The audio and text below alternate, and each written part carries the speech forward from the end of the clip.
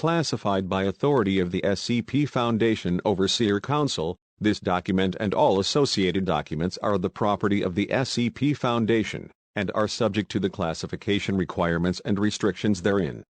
This document may or may not contain lethal memetic defense measures. Attempting to access or disseminate this document without proper and sufficient authorization is punishable by death.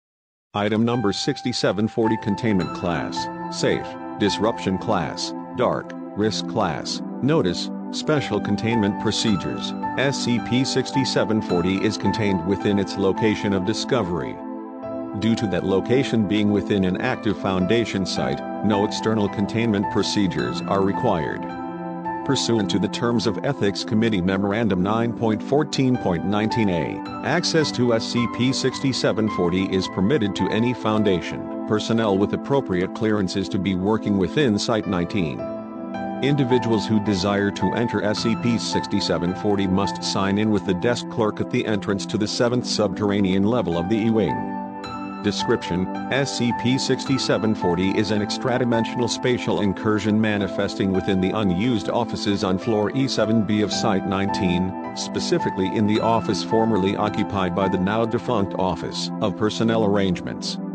SCP-6740 manifests as a region of the empty office that has had its spatial geometry altered significantly. Specifically, the area directly adjacent to SCP-6740 no longer has a visible ceiling. Support columns throughout the office now extend indefinitely upwards into space, which itself presents as a starry sky in a perpetual state of dusk.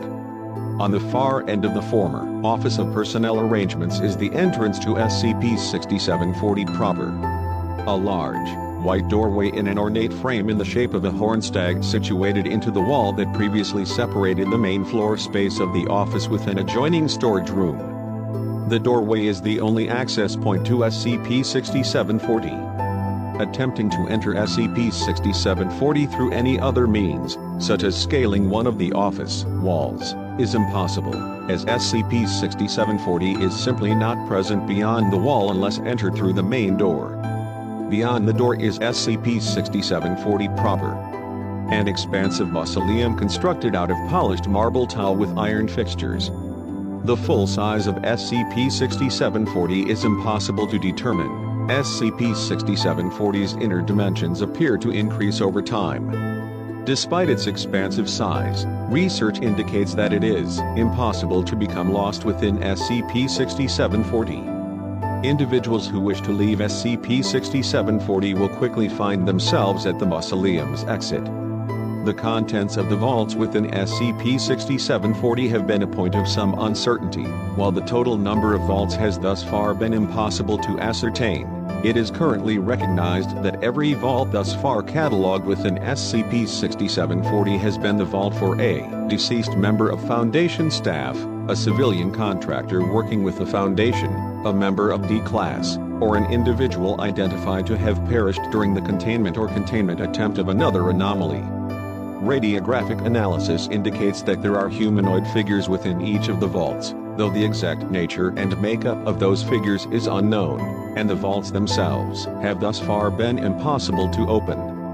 Due to the Foundation's policy of cremating the remains of all staff or other associated individuals, it is uncertain as to whether or not the figures within the vaults are the original bodies of the deceased individuals, and attempts at exhumation of other relevant persons have been inconclusive. The interior of SCP-6740 is consistent across its entire area, with a single exception: a bronze statue of a stag standing atop a black marble plinth is present within the entryway of the mausoleum, just beyond the first set of vaults. Radiographic analysis of the plinth indicates that there is a humanoid figure within a vault below the platform as well. On the front of the marble plinth is an engraved poem, in English. The origin of the poem is unknown. The full text is available below. I was born sleeping, my eyes closed to the harsh light and cold truth of a world beyond the four walls of my youth. As a child, I would gaze into the darkness of night and wonder if there were more secrets left to be known, or if the last of the dragons had died when the sun set in a much younger sky. It was here we saw with opened eyes that long-hidden truth of our world. It was never ours alone, and it was never without secrets hidden in the dark. I had wandered, unknowing, for timeless years like a fawn alone in a quiet forest, but within this hallowed temple to the best of our intentions did I find purpose in our mission. To secure that old darkness, to contain what lies within, to protect what lies without. My part to play was but as a single actor on a stage far larger than I had mind or reason to comprehend, yet it was a part all the same. When the crook of the Reaper came for me, I did not lament my passing, for I did so with open eyes, able at last to see the stars in the sky of my childhood. Now here do I rest, with those nameless multitudes who, by desire or design, laid their lives aside on the road of our common passage. Within our shared grave lie we who sleep again, our part now complete and our curtains drawn. We had dreamt of dragons, and found angels among us. Here lies a doctor of the SCP